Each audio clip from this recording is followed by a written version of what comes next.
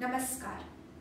क्या आप जानते हैं पूरी दुनिया में सबसे खतरनाक पॉल्यूशन कौन सा है? कौन सा पॉल्यूशन मैनकाइंड और सभी लिविंग बीइंग के लिए सबसे खतरनाक है? ऐसा पॉल्यूशन जो दिखने में तो बहुत मामूली सी चीज लगती है, परंतु अंदर ही अंदर वो हमारी धरती को पूरी तरह खोखला कर रही है। जी हाँ, आपने बिल्कुल सही सोचा, ये है प्लास्टिक पॉल्यूशन। इस पॉल्यूशन के बारे में हम जितना कहें उतना कम है। हमारे आधुनिक जीवन के तौर तरीकों की वजह से यह पॉल्यूशन सिर्फ और सिर्फ बढ़ रहा है। अब आप सोचेंगे कि हमारी लिखने वाली पेन से लेकर हमारे हर एक पैक्ड फूड से लेकर हर एक बड़ी से बड़ी चीज या तो प्लास्टिक से बनी है या तो प्लास्टिक से पैक्ड है। तो इस पॉल्यूशन को कैसे ही कम किया जा सकता है? कम किया जा सकता है और उसका एक उपाय है जीरो वेस्ट लाइफस्टाइल।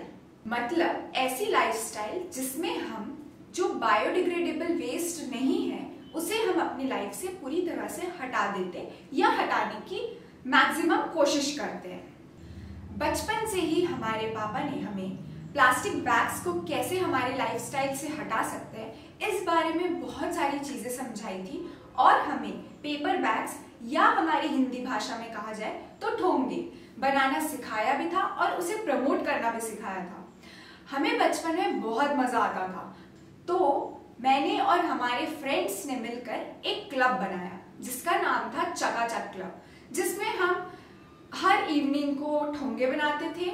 हम सभी बच्चे घर घर जाते और लोगों को इस बारे में बताते कि प्लास्टिक बैग्स यूज करना कितना हार्मफुल है और क्यों हमें ठोंगे यूज करना चाहिए। समय बीतता गया और मैं पहुंच गई कॉलेज में।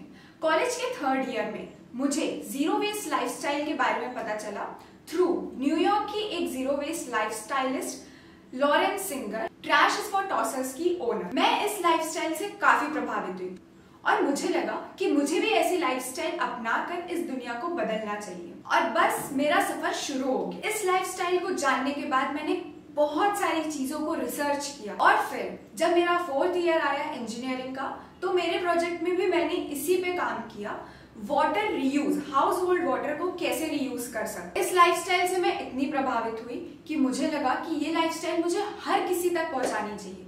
इसलिए मैंने अलग अलग जगह जाकर लोगों को इसके बारे में बताना प्रारंभ किया और लोगों को अवेयर करना स्टार्ट किया कि प्लास्टिक हमारे लिए कितना हार्मफुल है। आज के आधुनिक तौर पर प्लास्टिक को पूरी तरह से हमारे लाइफस्टाइल से हटाना बहुत मुश्किल है, लेकिन नामुमकिन कुछ भी चीज नहीं है।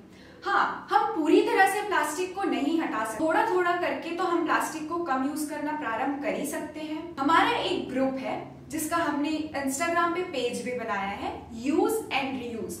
इस पेज के थ्रू हम बेसिकली लोगों को प्रमोट करते हैं, हेल्प करते हैं कि कैसे बड़ी बड़ी प्लास्टिक को नहीं, हम छोटे छोटे प्लास्टिक को भी अपने लाइफ से हटाकर 95% प्लास्टिक यूसेज, डेली यूसेज को हम कम कर सकते हैं।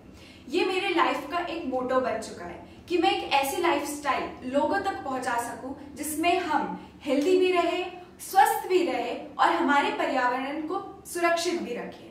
इन सभी बातों से मैं इतनी प्रभावित हुई कि मैंने चाहा कि इसी में मुझे और पढ़ाई करनी, इसीलिए मैं अभी कर रही हूँ M Tech, energy and environmental engineering के लिए।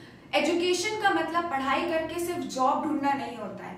एजुकेशन का मतलब होता है ज्ञान प्राप्त करना खुद के लिए और सोसाइटी के भले के लिए। As a dancer I know one thing very well कि कोई भी कार्य करो दूसरों को इम्प्रेस करने के लिए नहीं, खुद को एक्सप्रेस करने के लिए।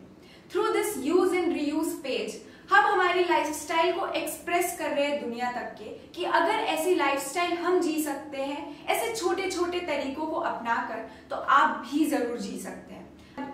मैं नैनिका कासलीवाल आप सभी को इनवाइट करती हूँ कि आइए जुड़िए यूज एंड रीयूज के साथ। हम सब मिलकर छोटे छोटे तरीकों को अपनाकर इस दुनिया को बेहतर जगह बनाएं। Last but not the least, I just want to say, why to live a use and throw life when we can live use and reuse life? Namaste.